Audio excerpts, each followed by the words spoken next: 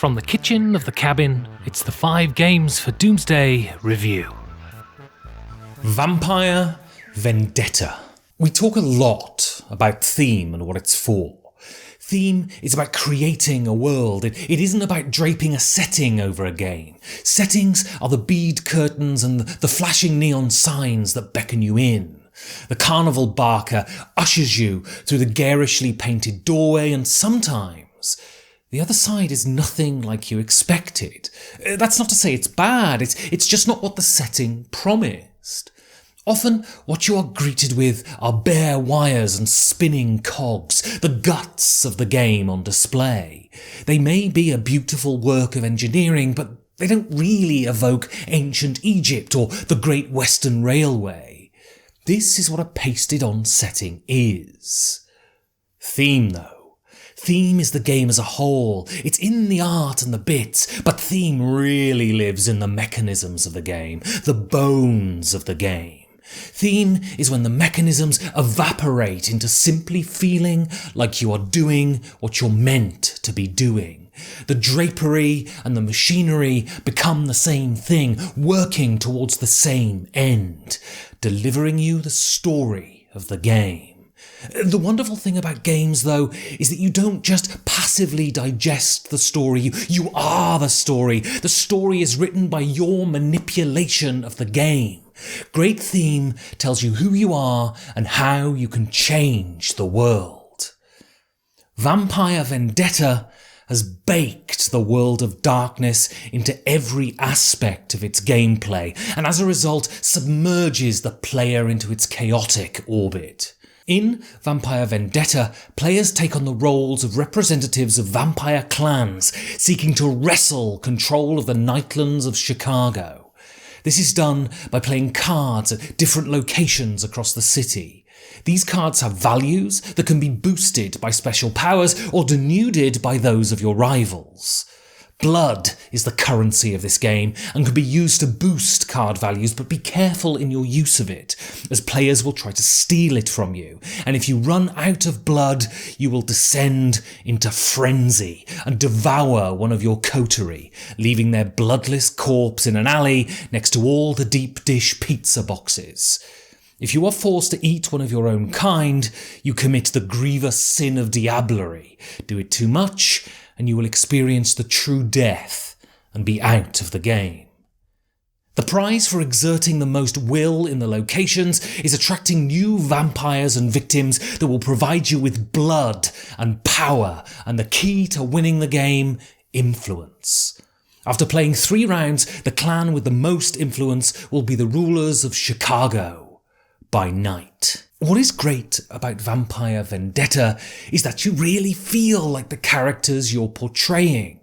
Each player gets their own deck that beautifully evokes the character of their chosen clan. The Bruja smack their rivals about with vicious attacks, while the Toreador amass a huge entourage to ensure that they're always brimming with blood and attacking with a variety of different abilities. It is in these wholly different and wholly character-appropriate decks that the magic of the game lives. Charlie Cleveland and Bruno Faidutti have achieved that wonderful feat of making each faction feel incredibly overpowered, so when you play a card to a location, you feel that delightful mischief of breaking the game. That is, of course, until your rivals play. The strength of your opponent's deck doesn't lessen yours, though, and the puzzle of playing that killer combination to the right location is really satisfying. The engine of the game is the devilishly simple yet horrifyingly effective hand management system. Each turn you draw 2 cards and choose 1 to add to your hand, which is made up of the cards you played last round. This simple system is a great generator of tension both for your rivals and for yourself. As you played these cards last round, the players know most of the cards in your hand, and from that, a wonderful doublethink emerges.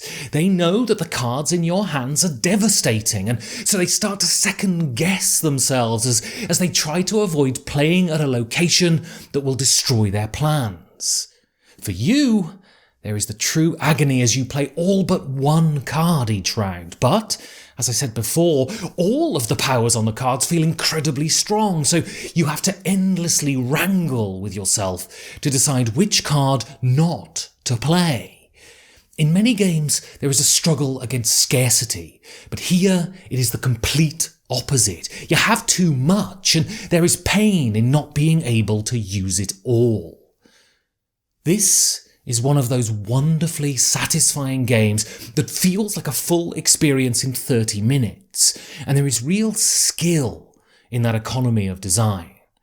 This is a game that has the swaggering faux bravado of all bidding games while giving you lots of crunchy combinations to try and maximise. All of these mechanical imperatives towards pragmatic amorality smack me squarely where I want to be smacked thematically.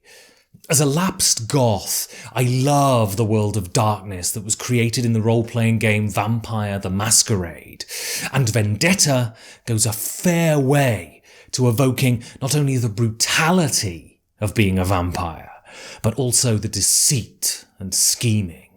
The neon-drenched art submerges you in the nighttime parallel universe of the Kindred, and the card powers peel back the graphene-thin veneer of sophistication that these predators claim to.